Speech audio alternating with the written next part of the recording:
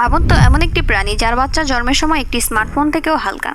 আবার এমনও আছে যে জন্মের মাত্র 30 মিনিটের মধ্যে হাঁটতে শুরু করে। আর আজকের তালিকায় এমন একটি প্রাণী আছে যার বাচ্চা জন্মের পর থেকে নিজের খাবার নিজেই খুঁজে নিতে পারে। আজকে আমরা দেখব পৃথিবীর সবচেয়ে কিউট 12টি নবজাতক প্রাণী। ভিডিওর শেষ পর্যন্ত থাকুন, কারণ শেষের প্রাণীটি হয়তো আপনি আপনার জীবনে প্রথমবার দেখবেন। ভিডিও শুরু করার আগে চ্যানেলটি যদি এখনও সাবস্ক্রাইব করে না থাকেন তাহলে করে ফেলুন। চলুন শুরু করা যাক। পৃথিবীর সবচেয়ে আদুরে প্রাণীর কথা উঠলে সবার আগে যে নামটি মাথায় আসে সেটি হলো পান্ডা। বড় পান্ডাদের দেখলেই মনে হয় যেন তারা সারা জীবন ছোটই রয়ে গেল। তাদের হাঁটা, খেলা, দুষ্টুমি সবকিছুই ভীষণ মজার। কিন্তু জানেন কি, জন্মের সময় একটি পান্ডার ওজন মাত্র 150 গ্রাম, অর্থাৎ একটি সাধারণ স্মার্টফোন থেকেও কম। এতই ছোট যে প্রথমবার দেখলে বিশ্বাসই হবে না এটি একটি বিশাল পান্ডায় পরিণত হবে। জন্মের সময় তারা অন্ধ থাকে, শরীরে প্রায় কোনো লোমই থাকে না এবং পুরোপুরি মায়ের উপর নির্ভরশীল। আরও অবাক করার বিষয় হলো, মা পান্ডা অনেক সময় একসঙ্গে দুটি বাচ্চা জন্ম দিলেও বনে সাধারণত একটিকেই বড় করতে পারে, কারণ দুটি বাচ্চার যত্ন নেওয়া তার জন্য খুবই কঠিন। তবে বর্তমান সংরক্ষণ কেন্দ্রগুলোর কারণে দুটি বাচ্চাকে নিরাপদে বড় করার সুযোগ পাচ্ছে। মাত্র কয়েক সপ্তাহের মধ্যেই তাদের শরীরে সেই বিখ্যাত সাদা কালো লোম গজাতে শুরু করে। এরপর ধীরে ধীরে তারা চোখ খুলে পৃথিবী দেখতে শেখে। আর 2 বছর পার হতে না হতেই সেই ছোট্ট তুলতুলে প্রাণীটি হয়ে ওঠে সবার প্রিয় পান্ডা। কিন্তু পরের প্রাণীর বাচ্চা জন্মের পর থেকে নিজের জীবন নিজেই শুরু করে দেয়। গিরগিটি নাম শুনলেই প্রথমে কি মনে পড়ে? অবশ্যই রং বদলানোর অসাধারণ ক্ষমতা। অনেকেই ভাবেন তারা শুধু শত্রুর কাছ থেকে লুকানোর জন্য রং বদলায়, কিন্তু বিজ্ঞানীরা বলেছেন গিরগিটি নিজেদের মধ্যে যোগাযোগ করার জন্য ভিন্ন রং ব্যবহার করে। ভাবুন তো, যদি মানুষের এমন ক্ষমতা থাকতো, হয়তো বন্ধু মানি সবুজ আর লাল মানি আমার কাছে এসো না। আপনার কি মনে হয়? কমেন্টে জানাতে ভুলবেন না। মা গিরগিটি একেবারে 10টি থেকে 60টি পর্যন্ত ডিম পাড়তে পারে।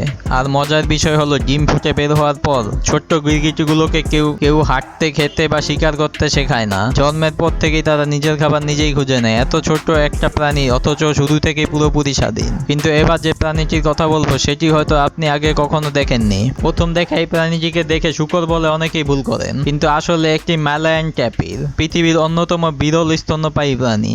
বড় ট্যাপিরদের শরীর কালো সাদা হলেও তাদের বাচ্চাদের চেহারা একেবারেই আলাদা। মা ট্যাপির প্রায় 13 থেকে 14 মাস গর্ভে সন্তান ধারণ করার পর একটি বাচ্চা জন্ম দেয়, আর তারপরই দেখা যায় প্রকৃতির এক অসাধারণ চমক। নবজাতক ট্যাপিরের গায়ে থাকে বাদামি রঙের লোম, যার উপর থাকে সাদা সাদা ডোরা আর অসংখ্য ফোঁটা। দেখতে অনেকটা ছোট্ট তরমুজের মতো। এই রং কিন্তু শুধু সুন্দর দেখানোর জন্য নয়, জঙ্গলের আলো ছায়ার মধ্যে এই নকশা তাকে এত ভালোভাবে লুকিয়ে রাখে যে শিকারীর পক্ষে তাকে খুঁজে পাওয়া বেশ কঠিন হয়ে যায়। প্রকৃতি যেন জন্মের সঙ্গেই তাকে নিজের নিরাপত্তার ব্যবস্থা করে দিয়েছে। এবার যে প্রাণীটির কথা বলবো তার বাচ্চা পৃথিবীতে আসতেই প্রায় 2 বছর সময় লাগে। ভাবতে পারছেন? চলুন এবার দেখা যাক পৃথিবীর সবচেয়ে বড় স্থলচর প্রাণী হাতির অবিশ্বাস্য জন্মের গল্প। হাতির গর্ভকাল পুরো 22 মাস, যা সব স্থলচর প্রাণীর মধ্যে সবচেয়ে দীর্ঘ। আর সবচেয়ে অবাক করার বিষয় হলো, জন্মের মাত্র 30 মিনিটের মধ্যেই ছোট্ট হাতিটি নিজের পায়ে দাঁড়ানোর চেষ্টা শুরু করে। প্রথমে পড়ে যায়, আবার উঠে দাঁড়ায়, আবার চেষ্টা করে। তার সেই টলমল প্রথম হাঁটা দেখে যে কারো মুখে হাসি চলে আসবে। জন্মের সময় পুরো হাতির পাল মা ও বাচ্চাকে ঘিরে নিরাপত্তা দেয়, কারণ বনের জীবনে নতুন অতিথিকে রক্ষা করা সবার দায়িত্ব। এত বড় প্রাণী জীবনও শুরু হয় ছোট্ট ছোট্ট হোঁচট দিয়ে। সত্যি প্রকৃতির এই দৃশ্য মন ছুঁয়ে যায়। কিন্তু এবার যে প্রাণীর কথা বলবো তাকে দেখলে মনে হবে সোমবার সকালে ঘুম থেকে উঠেছে।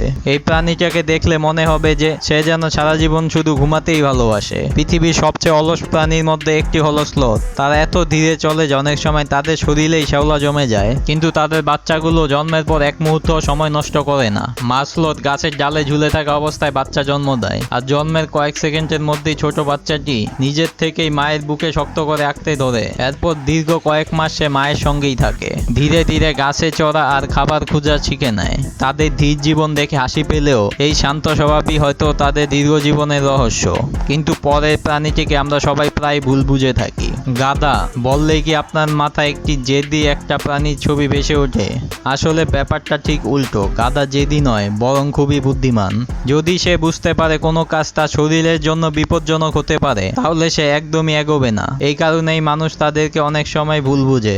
মা বন্য গাধা প্রায় 12 থেকে 14 মাস গর্ভে সন্তান ধারণ করার পর একটি বাচ্চা জন্ম দেয়। জন্মের পর ছোট্ট বাচ্চাটি বড় বড় কান, চিকন পা আর নিষ্পাপ মুখ দেখে যে কারো মন ভালো হয়ে যাবে। প্রথমে হাঁটতে একটু কষ্ট হলেও খুব দ্রুতই সে মায়ের সঙ্গে দৌড়াতে শিখে যায়। ছোট্ট হলেও তার আত্মবিশ্বাস সত্যি দারুণ। কিন্তু এবার যে প্রাণীটির কথা বলবো তাকে দেখে আপনি কখনই বুঝতে পারবেন না যে সে বড় হয়ে আর্কটিকের অন্যতম ভয়ঙ্কর শিকারী হবে। বিশ্বাস করেন, পৃথিবীর অন্যতম শক্তিশালী শিকারীর বাচ্চার ওজন জন্মের সময় 1 কেজিরও কম।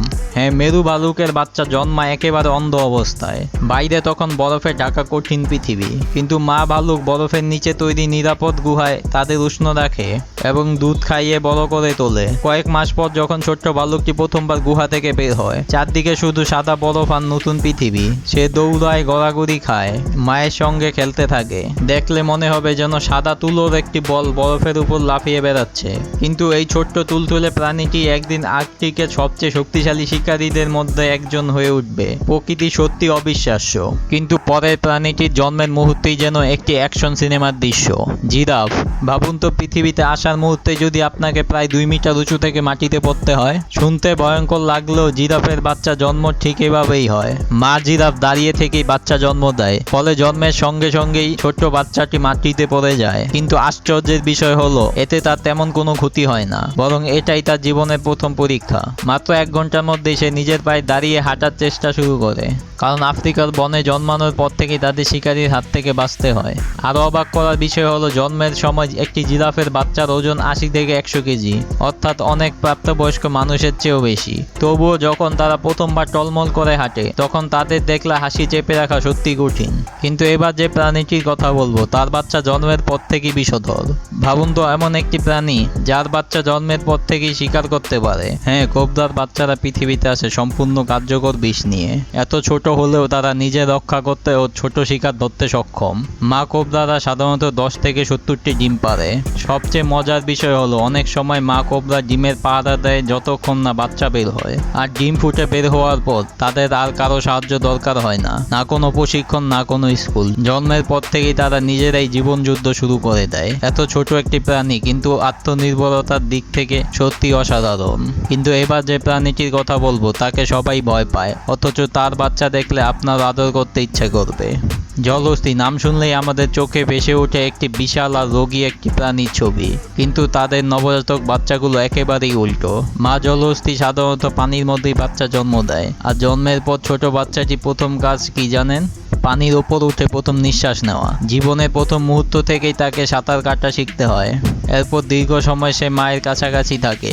মা শুধু তাকে সিংহ বা কুমিরের মতো শিকারীর থেকে নয়, অনেক বড় পুরুষ জলহস্তির কাছ থেকেও রক্ষা করে। এই কারণে মা জলহস্তি প্রাণী জগতের অন্যতম সাহসী মা বলা হয়। ছোট্ট গোলগাল শরীর, ছোট ছোট কান আর নিষ্পাপ মুখ। বাচ্চা জলহস্তিকে দেখলে ভয় নয়, বরং ভালোবাসাই বেশি লাগে। প্রকৃতি সত্যি অবিশ্বাস্য।